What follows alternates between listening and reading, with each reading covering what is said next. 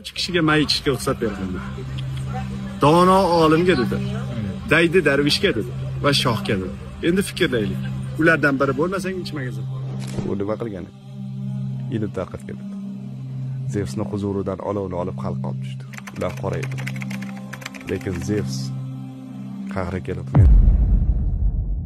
agar shu la'nat hozir tushadigan bo'lsa, biz ham kasofatingga qolamiz dedi.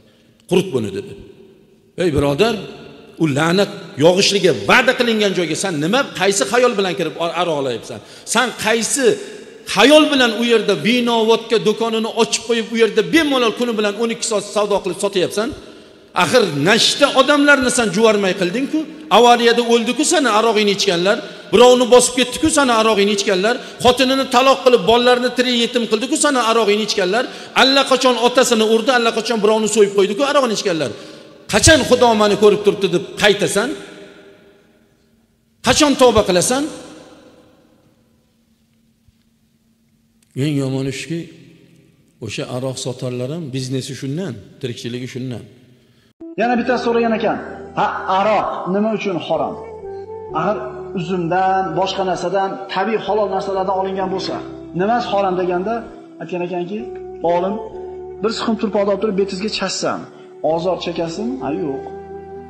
Bir siqim suvni olib turib betizga chassam, ozor chekasizmi? Yo'q. Endi o'sha turpoqni suvga aralashtirib, yaxshilab pishirib, quritib turib basharangizga ursa nima bo'lasiz deganda qonaydi degan ekan. Uzum, olma harom emas. Ana shu proses akalar. O'sha jarayon harom qilib qo'yapti u narsani. Ey birodarlar, nimaga harom deb o'zi asli musulmon so'ramaydi. Biz aqidamizga to'g'ri kelmaydi. Alloh harom dedimi? Gap tamom.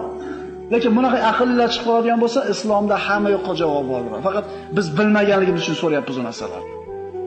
Boshimizga go'la yeb qolishdan burun tavba qilaylik. Lekin bir inson kelib aroq halol desa, uni halol deb e'tiqod qilsa, yoki zino halol desa, yoki ribo halol desa, bu kufr, ya'ni harom bo'lgan narsani halol deydi. Yoki aksincha halol narsani harom deydi.